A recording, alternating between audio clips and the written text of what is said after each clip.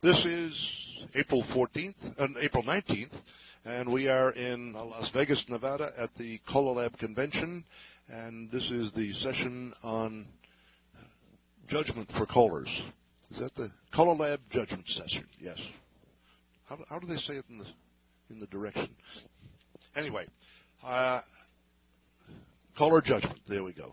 And they didn't say bad caller judgment. They just said caller judgment.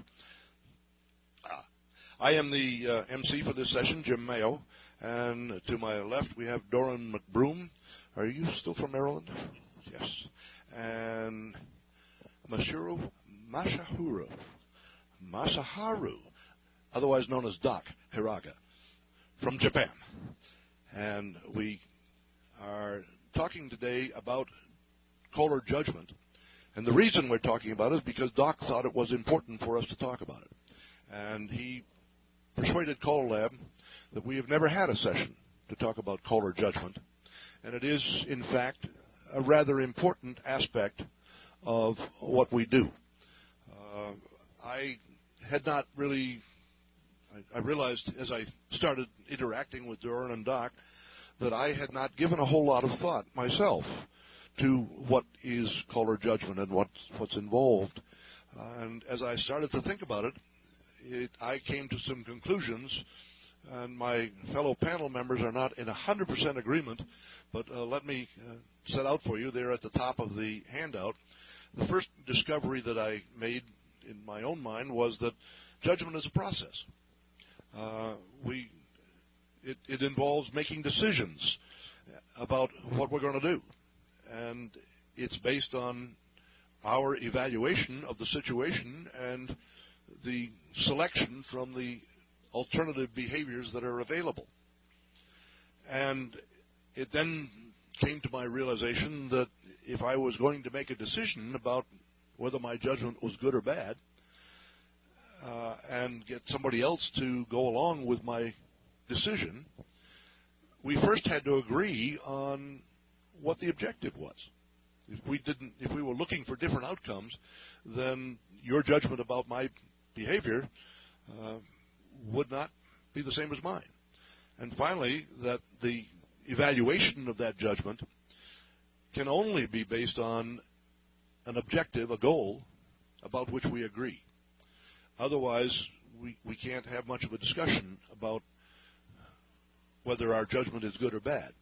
And with that, for an introduction, I believe I'm correct in saying, Doc, that you have been concerned about the variety of dance programs in Japan and the caller's willingness to stay within the confines or the restrictions of those programs.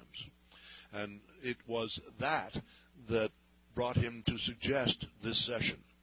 And with that, let me pass the microphone to you and tell us about your concerns. You have to turn on the microphone. With a little switch. Go. Okay. Thank you very much for coming to this session. I am very much honored to be a panelist with Jim Mayo, big guy. For me, he's a big guy, and I was scared by, assigned to this panel. But still, I kind of asked someone in the CALLERLAB to do something about not losing dancers anymore. That is the point. It's the only point which I raised. In order not to lose many more dancers, maybe we can do something. And in my case, I call in my area, which is in a central part of Japan, and but still rural area, not a densely populated area. I have 5 or 6 clubs there, and raised callers. I passed my job of calling to the successor, and created 5 or 6 clubs. Okay, but one club near our clubs, there is a caller, very, very excellent caller. But having a beginners every year, he calls a DVD from the beginning. And my wife, Keiko is there, my wife had a friend in that area and recommended to go there to have a beginner's class. And in 2 weeks, she left from the school because it is too difficult. Couldn't figure out what the square dance is because the call is too difficult. Well, I expected, many more dancers by sending those new prospective dancers to many clubs. As far as I know, where the club is, I can, our friends around that area can be recommended to go to the club. But I found there was a big risk of losing dancers. So I'm afraid I cannot recommend. You can go there. You have a good caller there. So you will be able to learn square dancing in 6 months or 1 year or so. So that's a starting point. And by limiting the application of the call or number of the call itself, for such as CDP, community dance program of 22 calls with no complicated movement. The equivalent of that in Japan, we call it a community 25. Okay, very similar. And now we have basic 1 and basic 2 and mainstream. 3 subsets of mainstream dance program. Why cannot we utilize those 3 subsets as a single dance programs? That was what I thought. And every year we teach the beginners 10 or 12, and those people these days, quite differently from 12, 15 years ago, they learn very slowly. So we have to be careful not to lose those people by giving a proper speed of teaching. So that is related to the color judgment. Very, very limited meaning. So I would talk about that following Jim and Doran's discussion. And I would like to listen to the past discussion about color judgment in a historical meaning. Can you explain something? I think we've never had a discussion of judgment. I don't recall, maybe somebody else does, but I don't recall that CALLERLAB has ever had that word on our schedule of topics. You have brought us the concept to think about. We don't have a... You had the word good color judgment, right? No. Have we used that? Yeah. True. We have said callers should have good judgment, but we've never discussed what that means. Okay.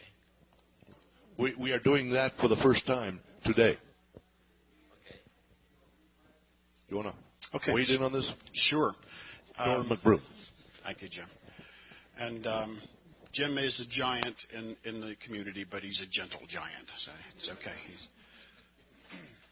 I have some thoughts, and our thoughts don't always agree with one another, and that's okay to a large extent. Some of our ideas about judgment are subjective, and I'll explain a little bit about that.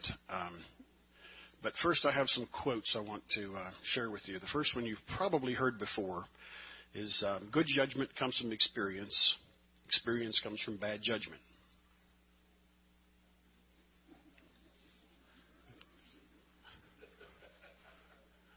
Takes a little while to sink in. It's late in the day. Okay, this is a nice one from Ben Franklin. Says, many complain of their memory, few of their judgment. We are all inclined to judge ourselves by our ideas, others by their acts. That's Harold Nielsen. I think he writes children's books. The last one here is, we will never have all the facts to make a perfect judgment, but with the aid of basic experience, we must leap bravely into the future. And I think we do that a lot as callers. We do the best we can with our experiences. Our experiences come from, I believe, each of us have a particular philosophy about square dancing, about calling, that comes from our experiences. Just a little background on me, I've been calling 43 years. And if you think that's a long time, the first caller school I went to was in 1969, and Jim Mayo was one of the teachers. So, been a while, yes. But currently I call for a plus DBD club, an A2 club, and a C1 club. I appreciate dancing complex choreography to a certain extent. I enjoy calling that way. I'm not a full-time caller, so I can sort of pick and choose what I want to do and what I don't want to do. I'm not dependent on it for my livelihood. But I also have to realize that I also call for standard plus clubs. So the limitations and choreographic applications that come with that, you have to be cognizant of. So complexity changes quite a bit depending on which group you're calling for. So caller judgment is, in general terms, I think it's, at least in the choreographic aspect, it is having some idea of what kind of choreography you can call to any particular group at any particular time. And that may vary with the group in certain times. So we all need to be a little bit honest in our self-assessment of ourselves and try to learn from our mistakes.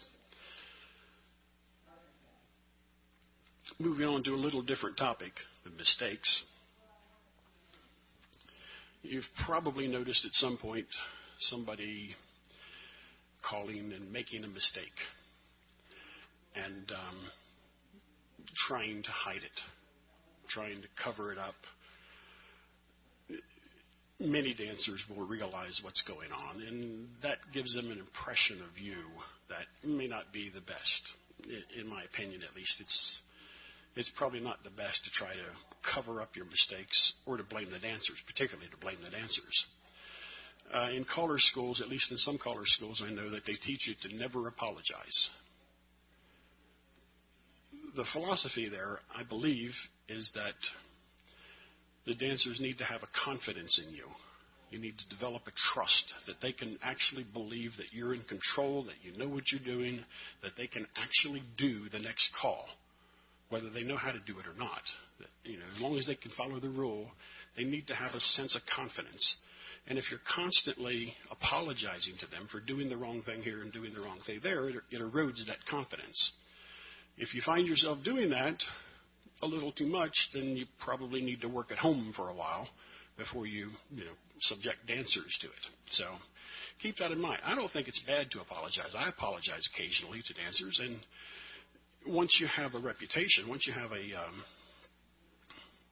rapport with the dancers that they trust you, then apologizing is not a big deal on an occasional basis, and it lets them know that you're human as well.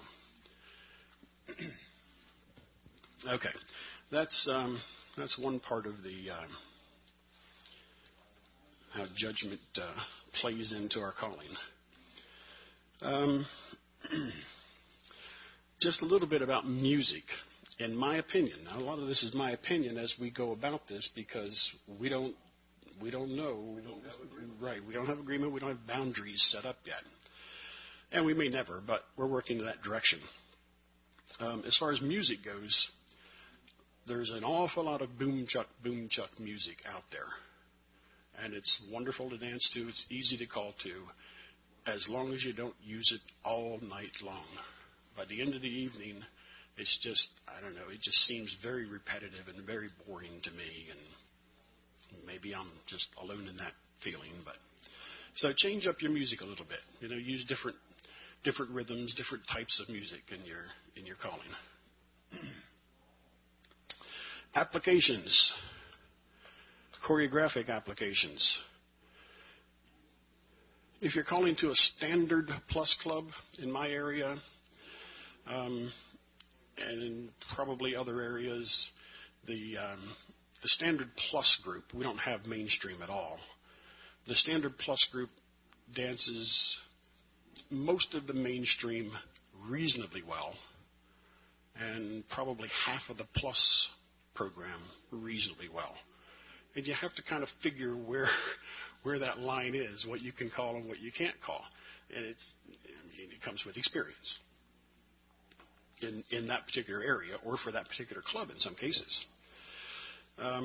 When you go wandering into extended applications, for the general plus club, you need to be very careful. If you don't call it sometimes the way they learned it, they're not going to do it for you. So we've seen this in choreographic sessions where they teach you to build on choreography. You start with a very simple little idea and then build upon that. An example that comes to mind just recently, I had one of these plus dances, and the most complicated thing I called all night was circle 4 3/4. You know, I mean, we have lines facing, we had star through and spread, so you have boys together, girls together, so you can control you can direct them. And circle 4 3/4 so that the boys have their back to back in the center. That gives them a little bit of a clue as to where they're going to end up. Circle 4 to the left, by default. And helper words. We probably all have developed some kind of helper words along the way, along the time. One that comes to mind for me is if you have an odd pass to the center, then centers swing through, and the outsides you have traded by now, right?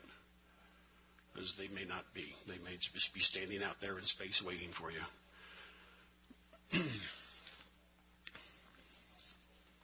Okay. Working with another caller. This is just a hodgepodge of things because when we started talking about this, I initially was pretty excited about it because it's something we haven't addressed before, and there's lots of ideas. When I was over the years, I've had discussions with different callers about what caller judgment is and what bad judgment is, and it almost always is about choreography. But as I thought about it, there are just 1,000 points of judgment that if you have a broad topic, then heck, it starts with should I become a caller, and it moves from there. So we agreed amongst ourselves to limit the discussion primarily to judgments that we make while behind the mic. So that kind of limits. It's still a pretty broad topic, but at least it limits us down somewhat. Working with another caller. You don't want to make him look bad. Sometimes that can be a challenge. And you also don't want to let him make you look bad if that's the case. You brush it off, you ignore it, you go about your business and do the best you can do. And this is kind of, I'll just give you this example. We had a festival recently, no, not recently, but a while back, with a caller who was a good caller, but he was not a singer. And in part of his calling, he was trying to do the singing call, and he got off phrase, and he just could not find it. He was struggling and struggling. So another caller on staff walked up in front of him on the floor, not on the stage, but on the floor, and stood in front of him and sang the song on phrase until he could get back onto it and find it and go about his call. Dancers loved it. I mean, not all of them recognized what was going on, but those that did, they remembered that, and they've hired that caller back several times just because he's a nice guy. He just helps the other guy make it look good. So that's one part of working with another caller that you might consider. I wrote a comment down here about don't contradict compliment when you're working with another caller. If he's doing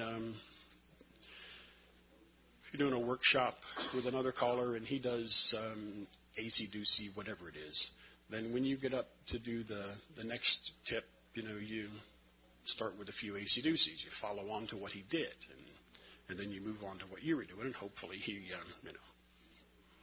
reciprocates with that. Telling jokes on the mic. How many of you tell jokes? A few. Maybe once a year I'll tell a joke. Maybe. Very, very seldom will I try to tell a joke on the mic. And if you do, it has to be one that's perfectly acceptable in all kinds of mixed company. But there is humor in the dance. You can take situations that happen and turn it into humorous things, and that's entertaining for people. So rather than telling jokes, I try to refer to that sometimes.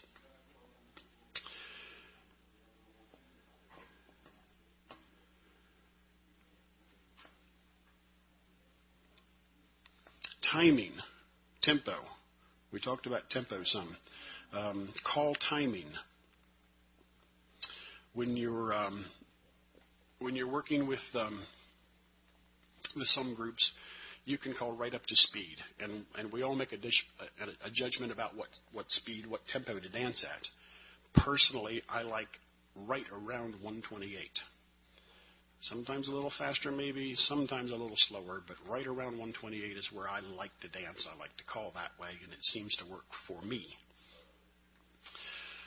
I know a few callers that have run their tempo up to 140 nearly, and it's just, you can't dance to it. You're just plodding along, trying to move through the steps, but you're not really dancing to the music. So that's another judgment that we make, and how fast to call, or what kind of tempo to set. And then you have how much call execution time do you give. Always we try to make it right to the beat, but dancers don't always agree, so you have a choice to make. Do you run off and leave them, or do you give them a few extra beats here and there to catch up and see where they are? And in addition to that comes the helper words, but boys with the right hand, just very quick little things that you can use to get them back into sync.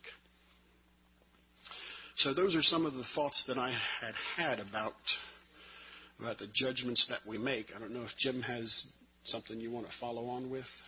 I thought it might be useful just to go down through at least the first page of the handout. In creating this, I had some revealing ideas, revealing to me things I hadn't thought about before. And just the first page on it, I tried to identify the areas of our business in which judgment is usually thought about. And clearly, choice of choreography is one of them. And I've tried to mark the ones where I thought there was general agreement. Complexity of choreography is not one on which we have general agreement. There are some callers who thrive on complicated choreography, others who do it very straightforwardly. I don't think we can make a judgment about that because we don't have any rules that say it must be one or the other. But in terms of vocabulary, we do have rules. We have agreed on how we will, what the call name is, and which calls we'll use. We have identified programs and put content, which words go in which. In our delivery, there is virtually no agreement, so far as I can tell. The words we choose to go around those call names the helper words, the tempo at which we move the dance. Doren likes 128. I like 124. John Hendren in our area calls it about 116. All three of us are successful in our own way. Timing. I have absolute certainty about what good timing is. There's very little of it in today's square dance. We just had that session last time. I won't beat it again. Choosing music. We had a very nice session earlier today on alternative music. I don't use it, but clearly several callers have been very successful when they use it with skill. Can we make a judgment about the use of alternative music? I don't think so.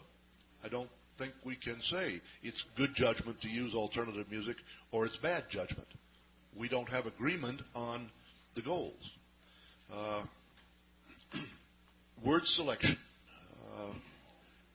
We do have some idea that we use clean language from the microphone. I probably could put an X on that because I don't think people would tolerate as good judgment the use of offensive words. Teaching, and here we go back to what Doc is concerned about. How many calls do we teach in a class? Varies from location to location. In Japan, it varies from location to location. Some areas are teaching more of the mainstream program, and others are teaching less. Is that a judgment question? If you're in an area where fewer are usually taught, then it is a judgment if you choose to teach more. In CALLERLAB, we had absolute certainty until the year 2000 that if you didn't teach the mainstream program, you weren't doing your job. We had an epiphany. We had a revelation and concluded with pretty general agreement that it would be okay to offer a different kind of program that didn't teach all of the calls. And that would still be acceptable and would not do damage to the groups that were using the full program vocabulary. The question of judgment depends on agreement that other programs would be okay. In personal behavior, I think we do have pretty general agreement, but even there, we have a wide variety of dress at today's square dances. And it's come slowly that we find it acceptable for people to show up at a square dance in other than what the National Convention calls traditional square dance clothing. Is it judgment if you show up at a dance with short sleeves? Well, there are lots of areas where that's a perfectly acceptable dress. We old-timers say, but it's a passing rule.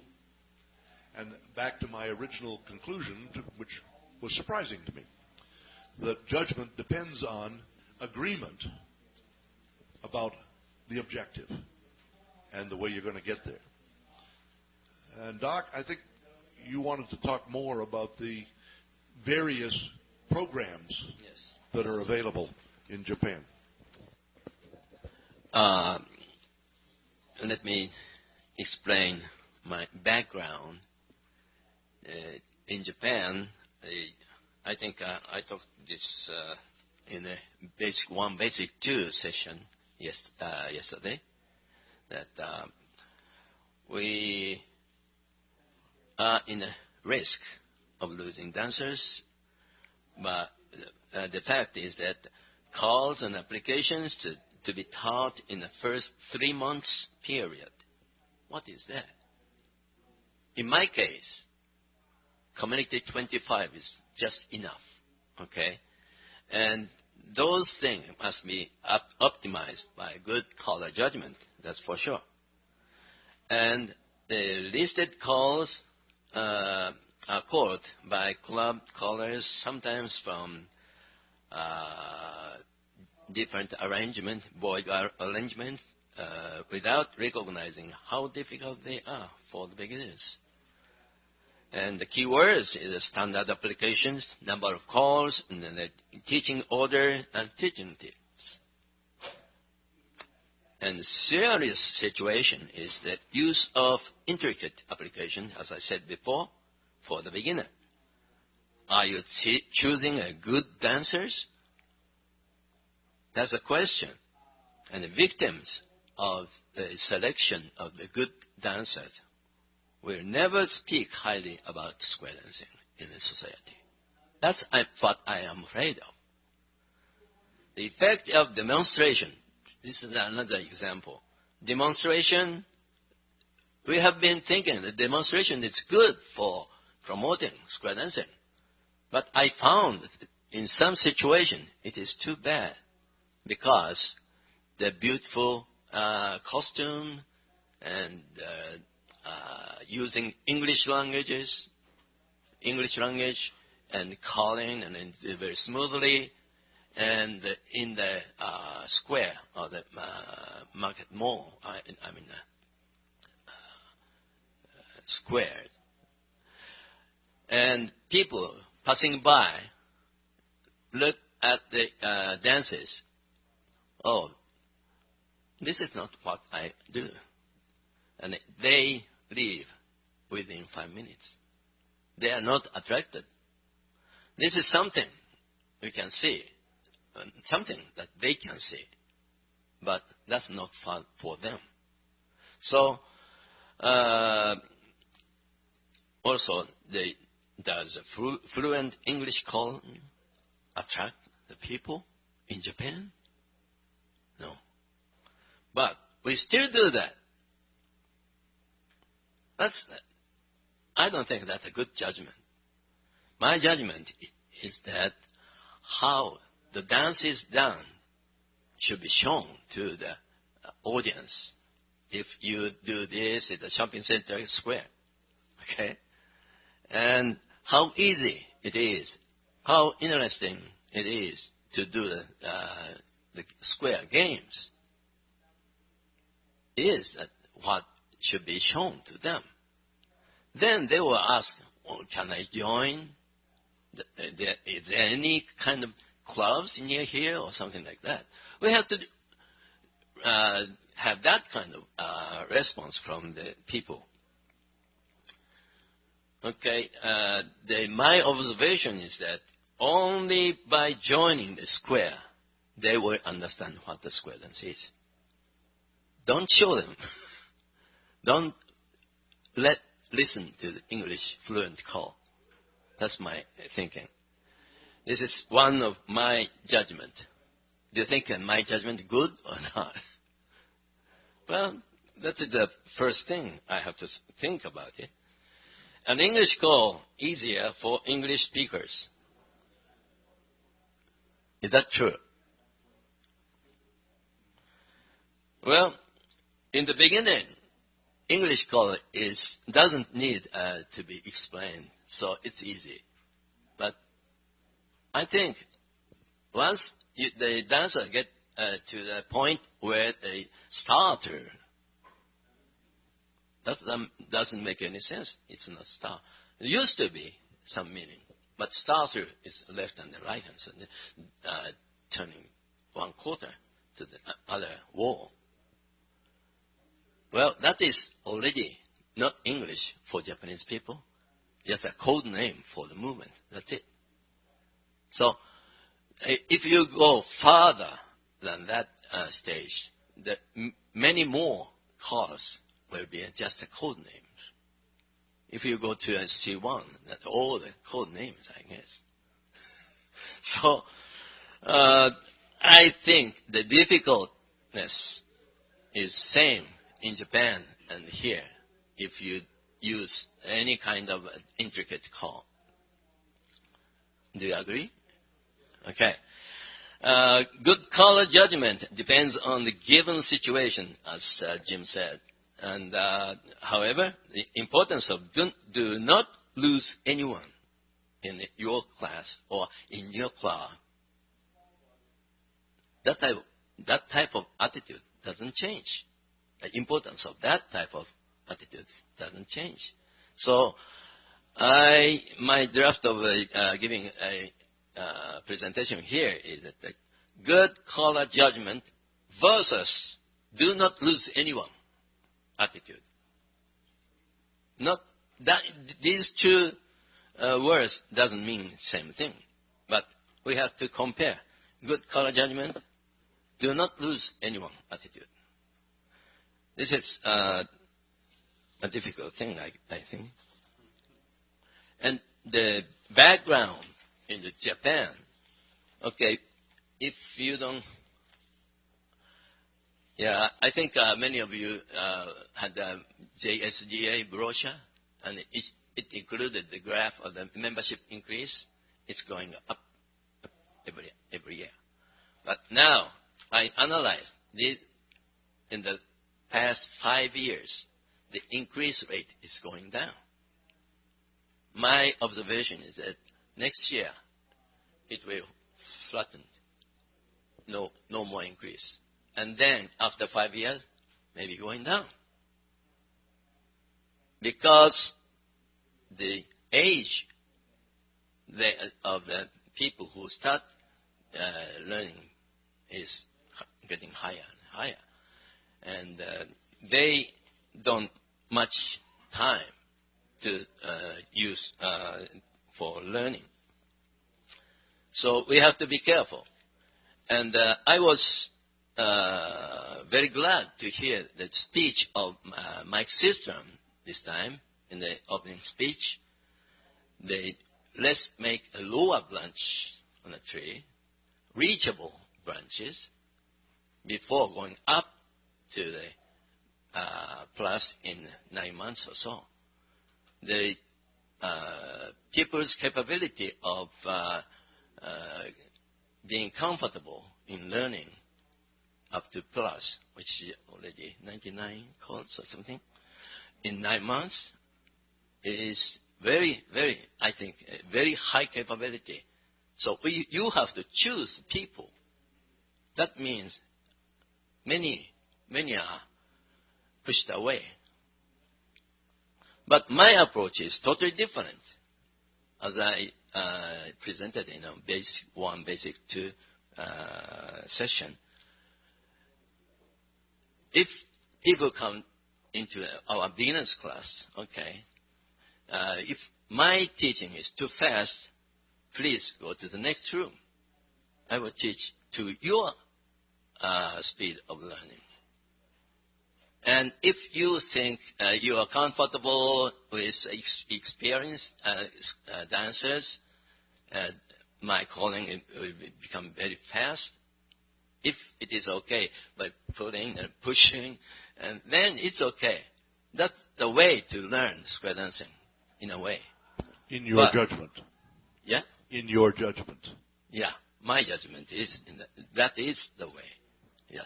But in this session, we're talking about caller judgment.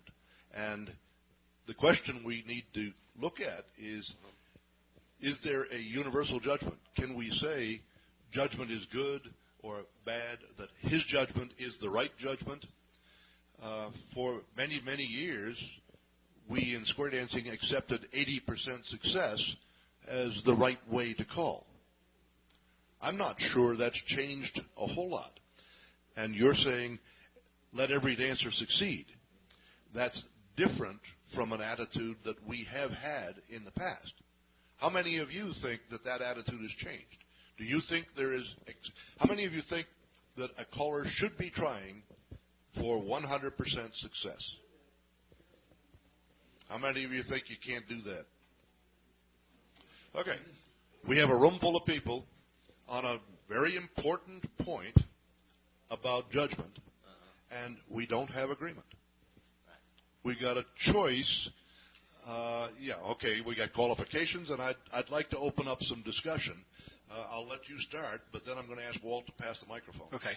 I just had one comment about that is, yes, I strive to have 100%. And as the numbers of dancers have gotten less and less, it becomes more obvious what 100% is or what 80% is. Or if you're calling for 2 squares, it gets to be pretty challenging. But at the same time, depending on the level that you're calling, the advertised level, there is a need to protect the integrity of the level of the dance. If you have someone that comes into an A2 dance and they flat can't do the calls, what are you supposed to do? You can't drop back to calling plus if you've advertised an A2 dance. You can't drop back to calling, the very basic, simple calls that you think they might know if your club is not accustomed to that. And there we have the factors that enter into the subject we're discussing. Exactly. Judgment. And we need to, if we all agree that there should be 100% success, then it's easy to judge whether this caller is doing a good job. But if we don't agree on that, how do we make that judgment? Walt, you want to see if somebody wants to make a comment? Do we have anybody with an entry into that? Well, and do start with your name and where you're from. Robert Morris, California. I learned to dance at Poly Twirlers in a college group, and we didn't know what hard was. There's another group that was down the street from us, actually fairly close to where I lived, and they were in their 70s and 80s. If the caller would come to our club and call for us, he could do anything he wanted to and as fast as he wanted to and everything else. But if he'd go to that other club and even try to do that, there's no way he could do it. And that would be bad judgment. A good judgment for him would be to go down and say, oh, okay, forget the Poly Twirlers. Do what they can do. And as far as the 100% retention, in college we picked it up like a sponge. As you get older, you don't pick it up near as fast. And some people, I hate to say this, might never pick it up.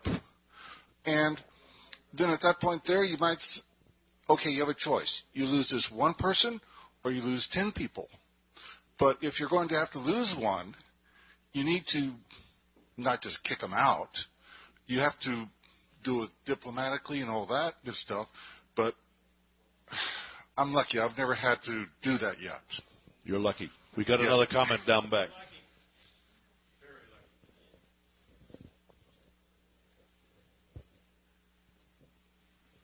Norm Crosshaw, California. You were talking about somebody going into an A2 dance that really doesn't need to be there. In California, and I can only speak about California, you go to a festival and beginner dancers will try to dance mainstream. And mainstream dancers will try to dance plus.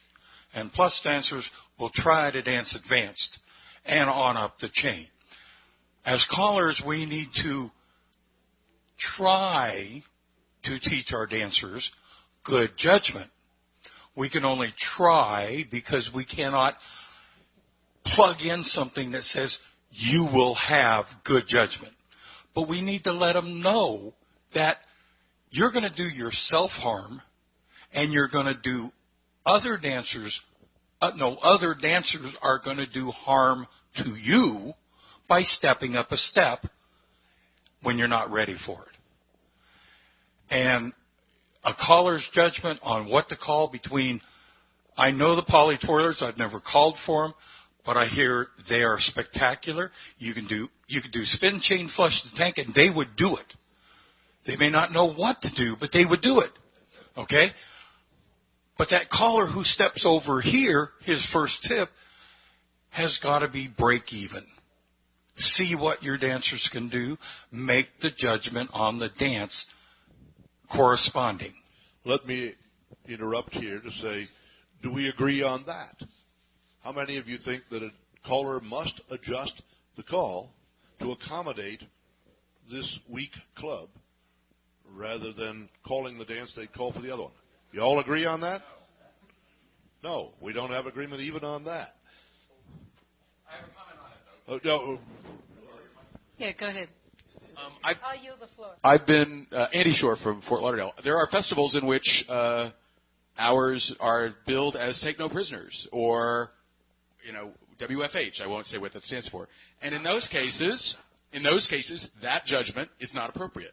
you don't try to keep all the floor dancing because you're there to challenge them and have a different experience. And Okay, good. Wait, whoa. My turn. Betsy's got the microphone. Betsy Gata from New Jersey, and that kind of goes along with what I was about to say, which is good judgment as a caller, in my mind, is doing your best to meet the expectations of the dancers for whom you are calling. If you are calling to the club and the club situation, and it's an older, slower club, they paid you to come out and call to them so they are successful.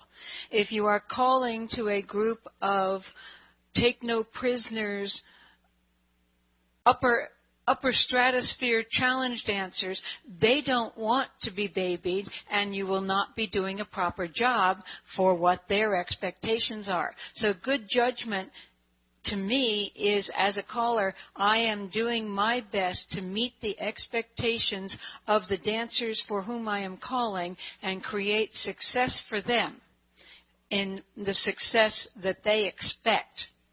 And that is totally amorphous and a very hard thing to do. Let me throw a hook in here and say, how many times at a dance are you clear in understanding what the expectations of the group are? Do we have ways of communicating with those who hire us so we know when we come through the door whether it's a take no prisoners attitude or a let's keep everybody dancing attitude? Again, I think it depends. The judgment depends on agreement on the objectives.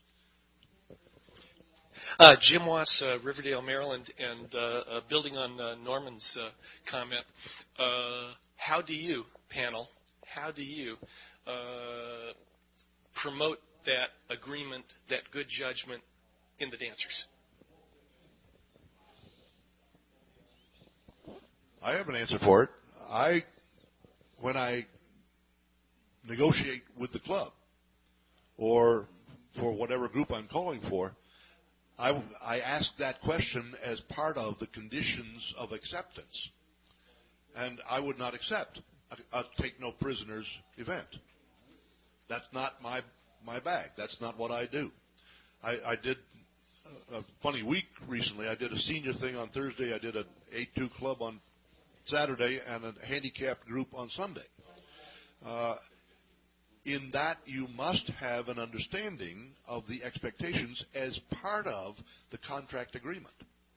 And maybe that's one of the messages that this session should send is ask the questions, communicate. Don Beck, Massachusetts. I've actually got 3 comments. The longer it took me to get the mic, the more comments I wanted to comment on. One of the things I was picturing, you're calling for a club, there's an agreement that we're going to call this difficult a thing, and you get a busload of dancers from another club that's exactly, that doesn't dance with the same ability as the others. What do? Do you call the advertised level? Do you call trying for the 100% with the other people? My feeling on that, my judgment is you go to the club officers and do you want to please your own people or these guests that were nice enough to come? And if you want me to blow those people away, you go apologize to them. But they're the advertisers of the club, and there ought to be some understanding what we want to do on that. I would go one step further and say if you want me to call to your club rather than the other people, give them their money back. Yeah. That's comment number 1. Comment number 2, as far as I try for 100% because I think that 80 to 90% is acceptable. And to achieve that 80 to 90%, I try for 100% and only get the 80 or 90. Now, the thing that makes that acceptable is if that 10 or 20% that aren't dancing aren't the same 10 or 20% every time. That, if I lose a few here and then lose them on something, if I'm losing the same 20% every time, yeah, give them their money back and put them back on their bus. Last thing I wanted to mention as far as judgment being taught or talked about, The first caller school I went to after I'd been calling for a few years was Jim Mayo, 43 years ago, and I think it was about that much. And as a young caller, I figured, I don't know anything about choreography. I got to learn this. Well, Jim didn't teach me that much about choreography, but he taught me so many things that I had no idea existed and had to be learned, and it really opened up a new side of square dancing that I've grown to love. And one of the topics that he talked about, and one that stuck with me for the longest time, and I try to pass on to my caller schools, is caller judgment. He specifically talked about it. One of the comments I remember is that dancers love to be challenged and win.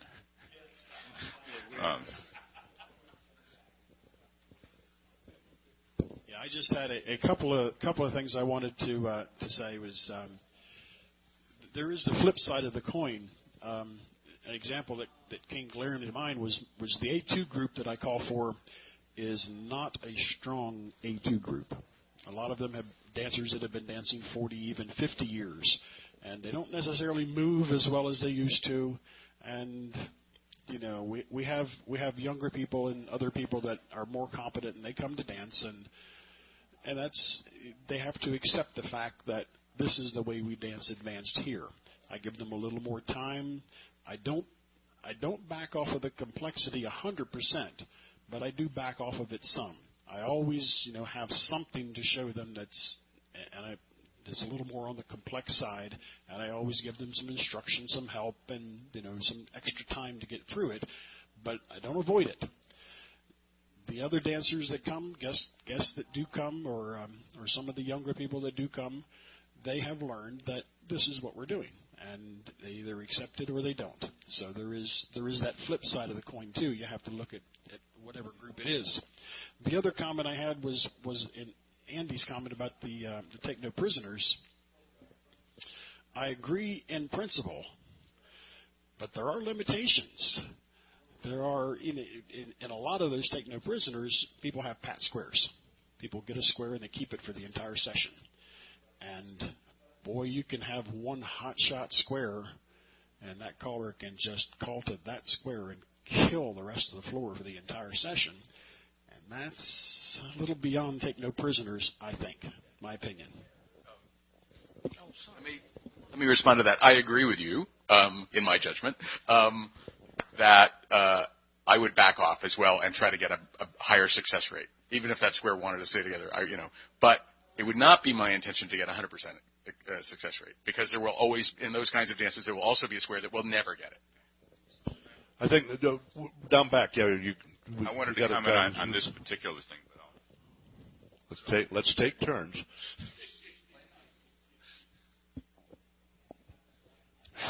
Al Napi, Sunnyvale, California. I just teach a senior center in English as second language students, and I have no choice. I'm not paid. I'm volunteer, and I have to take walk-ins. Okay? So when I get there, I don't know what I'm going to be teaching, and I don't have any set curriculum. That all I know is a lot of people I got called for are English second language, and they're coming to my class to learn English. But that's fine. But when they leave my class, I'm not trying to get them the plus dancers. I'm not trying to get them anywhere. We're having a good time. And they're coming back, and they keep coming back. I don't know whether they're learning the English or not, but we're having a good time at the dancing. And that's my goal. Some of these factors that we're discussing may increase in importance as our activity shifts necessarily because of changes in society. The kind of club organization and structure that has been the backbone of modern square dancing is not in favor in our society to the extent it was, and we may have to make adjustments in our attitude if we're going to succeed. Whether those adjustments come under the heading of judgment is one of the things we're talking about. Don, you got... As far as the take no... This is still Don Beck. Don Beck. Still Don Beck, but not being still. When talking about take no prisoners, when I went to Jim, was just before I'd gone to Jim's caller school, he mentioned something about there were a few callers around that would hold a take no prisoners type of tip, an elimination where when your square broke down, you sat down and the last one standing won. And I'd been to a club where they actually had promised us badges. I never did get my badge yet. Which is a cute badge. It said, "I did it." And when you read it quickly, it said, "idiot." But I can't remember, 20 squares on the floor, and it was a big dance, and our square was the last one standing, and it was great. And Jim was saying this wasn't a good idea, and I said, but we danced it, and I had a good time. And he said very wisely, "How did the other 19 squares feel?" And that's part of the judgment thing that has stayed with me, and it's well worthwhile thinking of. Just a little anecdote along this one. A long time ago, we had a big festival, a Merrimack Valley Festival, and I was running the sound system while another caller was calling, and we had close to 60 squares on the floor. He was focused on one square from his club right down in front, and he called to them. They succeeded for 2 minutes. I clocked it. No other square on the floor succeeded. They hardly danced at all. When he stopped and took the needle off the record, the room exploded in applause. This was a long time ago. Dancers are tougher now. But I went back to the after party at my club, and I came storming down the stairs and said, "What in the world were you applauding for that for?" They were so glad he was done. But do you think he saw it that way? No. Comment back here, Jim. Comment with?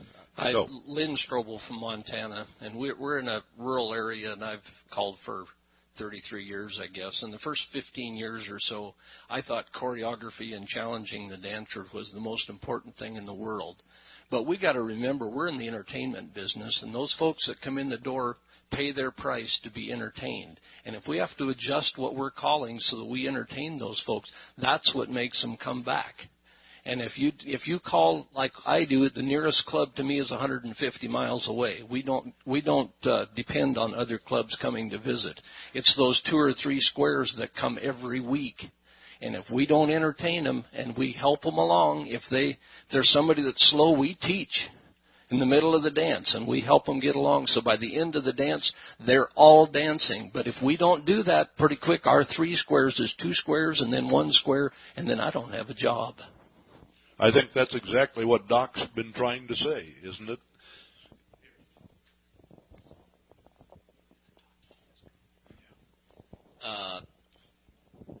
I am finding that a big difference between Japanese square dance association's way of having fun with square dancing and here. Because the JSDA is an association of dancers and callers, both. And callers are not hired by dancers or leaders. Okay? We callers enjoy much more than dancers by calling. We think so. The dancers receive much enjoyment from callers, us, by learning more, okay, to their ability. That's the point. And we can be always adjusting caller between the caller and leaders or officers of the club, adjusting what is the level we should reach or something like that. And my case is that our conclusion is that mainstream learning period is 1 year at least. And plateau dance for mainstream is another year. And we have kind of a rule guideline, you can go to learn, plus if you are successful in dancing mainstream in 2 years. Very slow. But not many people leave, okay?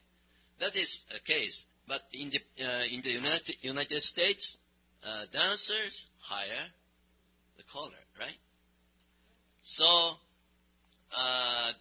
we have to think about that big situation difference. That's what I wanted to say here. Comment back here. Doc, I understand what you're trying to say is that you feel that the basics name is, you tell them the English version of the name, and then you explain it to them in Japanese. Okay? I had a one-night stand. I had a busload of Japanese students, and I got contacted to do a one-night stand. Almost scared the bejeebies out of me. Had to pull out my second mic, had one who understood English. I would say the name. She would say the name, have the group say the name. I would tell them the definition. She would translate the definition to them. And then when we got enough figures to get going, then all I had to do was put the name of the figure out, and they did what I wanted. But she was here all the time beside my still. Every time I wanted to teach something, she interpreted for me, and then we danced it. I feel that the foreign countries have better dancers than the United States because of the plateau system that you have. They actually learn how to dance in most cases. And I think they tend to retain that a lot longer than some of the rush through that some U.S. callers do. That, there again, that's my judgment and my opinion. Don't turn yourself off. One interesting question that I have pondered for some time is a realization I had many years ago that it was not possible to teach dancers to be successful with the mainstream program in 1 year. We, CALLERLAB, have said 30 lessons or 40 lessons is enough. Not my view. I think that they might be able to dance at an open dance called by their class teacher if it was advertised as a class dance. But if you graduate after 40 lessons and go to another caller in an open dance, your class won't succeed, my judgment. But we are on record, this organization, as saying it takes 40 weeks, plus or minus, to teach mainstream. We have many clubs that do it, hire callers to do it in less.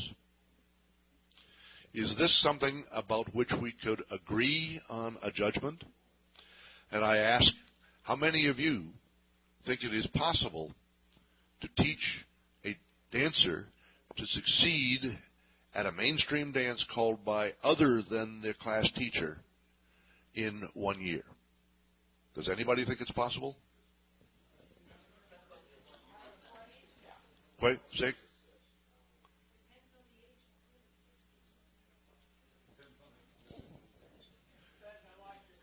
So what I hear, I'm talking about mainstream, full mainstream program. And, no, I'm talking about standard mainstream. The caller knows it's a class newly graduated, but he's going to call a dance for the people there. How many of you think that the class graduates from that class will succeed? How many of you think they won't? Okay. I see a tenth of the group thinking they'll succeed, and the rest have no opinion. I got a comment. Not Go. necessarily no opinion. I have been dancing with a club that has 170 members, and they originally started telling the callers, push the floor. Don't want 100%. Want everybody to have a good time, and I've seen it.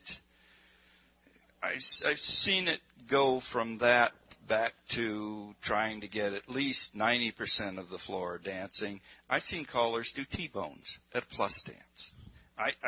And succeed. Mm-hmm. Have 90% of the floor dance. Now, the club I'm talking about is my plus club, and I've enjoyed dancing with them. They're half social, half needing something to challenge them. On the other hand, I dance with a Challenge Advanced club, and their numbers are dwindling. And they've gone from doing the really hard stuff down to try to keep everybody dancing. As far as a mainstream class, the classes I've seen with my Plus Club, some of the dancers get it in a few months. Some of them take several classes. I was that way with Advanced. It took me 3 classes to dance Advanced. But then I got taught C1, C2, C3A in about a year and a half.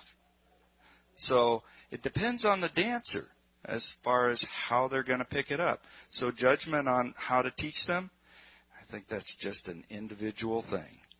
Well, let me ask another question. If that's the case, and I don't disagree, should we perhaps qualify our recommendation for 40 weeks by saying usually or in normal circumstances?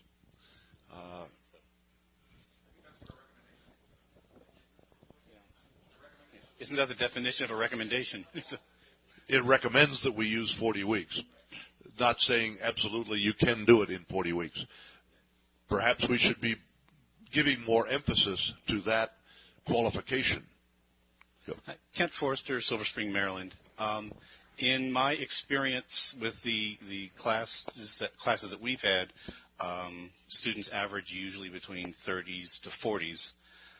If you take a mainstream class and take an entire year to teach it, you will lose 9/10 of your class because they'll get bored. We tend to do our classes in usually 15 weeks, 3 hours a night, and they actually graduate and they go to regional festivals such as the Washington Area Square Dance Cooperative, WASCA Festival, and dance to dozens of different callers successfully. It all depends on your students and largely on their age and their ability to learn quickly. Now, mind you, we do have some who simply cannot take that format, which is understandable. In any class, you're going to have students who don't learn best by the format that you're trying to teach them. And we calmly take them aside and say, we don't think this is for you, but this caller over here in Arlington, Virginia, has a class that's starting up in 2 weeks, and it's in a traditional format. We suggest that you go learn with them and then come back and dance with us. And we have very good success at getting them to come back to us because we're honest with them. That's another aspect of judgment, is being direct, communicating effectively. Exactly. Perhaps that could lead to the conclusion that an important part of judgment is good communication. Is that something we could agree on? Don, you're going to get the last comment. We're coming down the home stretch. Good, because this is a last comment type of thing. I think the session was great. I think it's great to see this much participation in people thinking. I'd like to see CALLERLAB do this kind of a session again, and I have a suggestion for a format. That the panel come up with a bunch of hypothetical or been there, done that type of situations that requires a judgment of this or that where it's not totally clear, put it before the group and say, let's have a group of people say pros for this way and cons for this way, and let's talk the pros for the other way. And more of a debate format. Yeah, where you're not expecting a real answer, but you're giving the people a chance to think of, I'm going to make this judgment because I personally hold this as a higher priority than that in my particular style or with my particular club, and come up with a whole bunch of different situations that it might be able to stir some more imagination and thinking that may eventually lead to good judgment in different situations. That's a very good idea. And the way to make that happen is for each of you to fill out your critique sheet and comment on this session and tell the executive committee that does in fact read every single one of the critique sheets, tell them that you thought it was a good session and suggest that it be held again with a different format. More time. Certainly if we get into that format, we'll have trouble shutting it down. But I want to say thank you to all of you, and I also want to say thank you to Doc and Doren